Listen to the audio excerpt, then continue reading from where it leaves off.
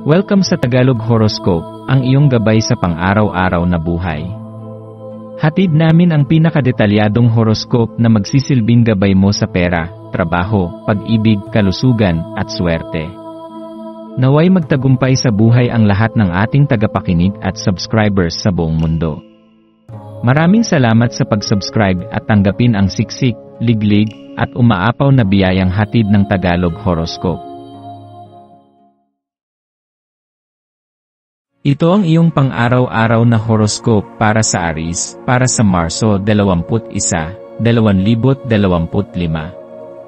Ang araw na ito ay nagdadala ng kakaibang enerhiya na tila nagpapaalab sa iyong diwa at nagbibigay liwanag sa iyong mga pangarap. Sa pagpasok ng araw sa Aries season ngayong araw, maaari mong maramdaman ang muling pagsiklab ng sigasig at pananabik sa iyong puso. Ito ay parang muling pag-usbong ng apoy na matagal nang nagliliyab sa iyong kalooban, isang paalala na ikaw ay isinilang na may tapang, sigasig, at determinasyong humarap sa anumang hamon ng buhay. Sa pagyakap mo sa enerhiyang ito, mararamdaman mong handa ka ng sumabak sa mga bagong oportunidad at harapin ang mga pagsubok na magpapanday sa iyong pagkatao. Ang bawat hakbang na gagawin mo ngayon ay puno ng potensyal upang baguhin ang iyong hinaharap at palakasin ang iyong tiwala sa sarili. Ngayong araw, mararamdaman mong tila lumalawak ang iyong pananaw sa mundo. Para bang isang pinto ang nagbukas, na nagtuturo sa iyo na may mas malawak na mundo sa labas ng iyong nakasanayan.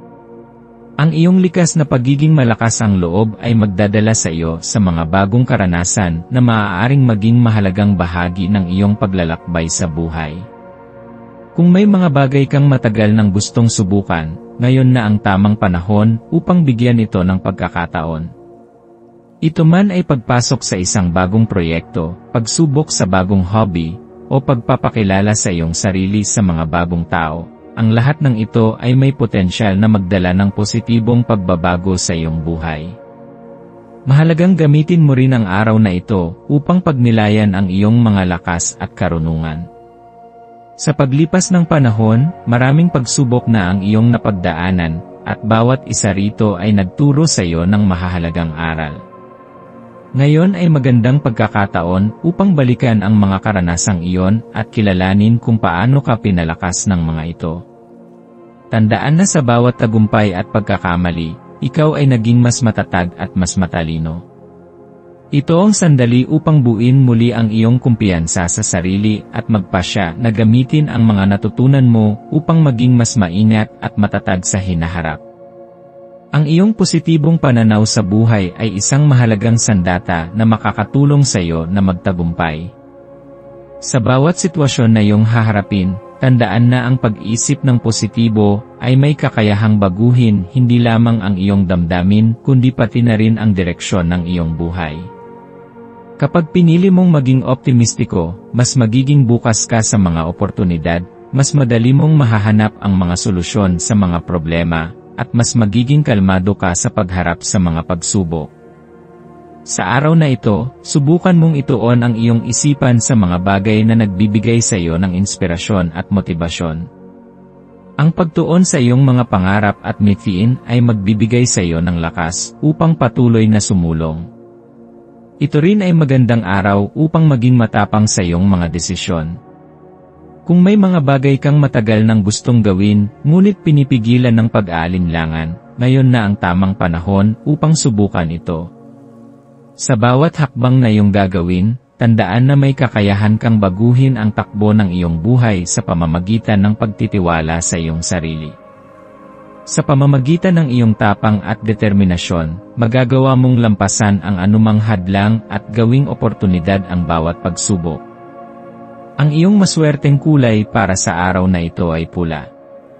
Ang kulay na ito ay sumasalamin sa lakas ng loob, sigasig, at determinasyon, mga katangiang likas sa iyo. Ang pagsusuot ng pulang damit o paggamit ng pulang bagay ay maaaring magbigay sa iyo ng dagdag na enerhiya upang harapin ang mga hamon ng araw. Ang iyong maswerteng numero naman ay 2, 8, at 14. Ang dalawa ay sumasagisag sa balanse at harmonya sa iyong mga relasyon. Ang 8 naman ay nagdadala ng enerhiya ng tagumpay at kasaganaan, habang ang 14 ay sumasalamin sa pagbabago at bagong simula. Gamitin ang mga numerong ito bilang gabay sa iyong mga desisyon, lalo na kung may mahahalagang pagpili kang dapat gawin. Ang maswerteng gawain para sa araw na ito ay ang paglalaan ng oras upang pagnilayan ang iyong mga pangarap at layunin sa buhay. Maglaan ng sandali upang isulat ang mga bagay na nais mong makamit at ang mga hakbang na maaari mong gawin upang matupad ang mga ito. Sa pamamagitan ng malinaw na pagplano at determinasyon, magagawa mong gawing realidad ang iyong mga pangarap. Sa pagtatapos ng araw na ito, tandaan na ang iyong tapang, kasigasigan, at positibong pananaw ay mga sandata na magdadala sa iyo sa tagumpay. Sa bawat pagsubok na iyong haharapin, alalahanin na ikaw ay may kakayahang baguhin ang sitwasyon sa pamamagitan ng iyong determinasyon at tiyaga. Patuloy na maging bukas sa mga bagong oportunidad at huwag matakot na lumabas sa iyong comfort zone. Sa pamamagitan ng pagtitiwala sa iyong sarili at sa mga plano ng tadhana para sa iyo, magagawa mong likhain ang buhay na pinapangarap mo.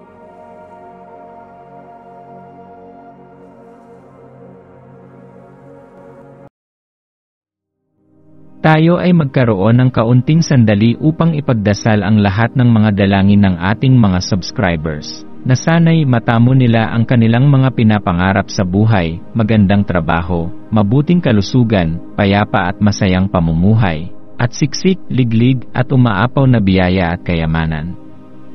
Ipinagdarasal namin ng mataimtim ang lahat ng mga komento sa nakaraang video, at hinihiling namin, Panginoon, na pagpalain mo ang ating mga subscribers ng masayang buhay sa mundong ibabaw. Maraming salamat po. Maaari kayong mag-subscribe sa aming channel na Daily Prayer, kung saan nag-a-upload kami ng pang-araw-araw na Catholic Gospel Readings, Reflections, at Daily Rosary Reading para sa lahat ng misteryo ng araw.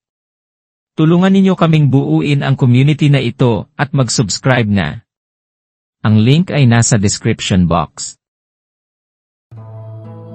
Maraming salamat sa panonood ng iyong horoscope ngayon araw. Naway gabayan ka ng mga bituin sa iyong landas. Huwag kalimutang mag-like, share, at subscribe para sa iba pang cosmic na kaalaman. Hanggang sa muli, manatiling konektado sa universo.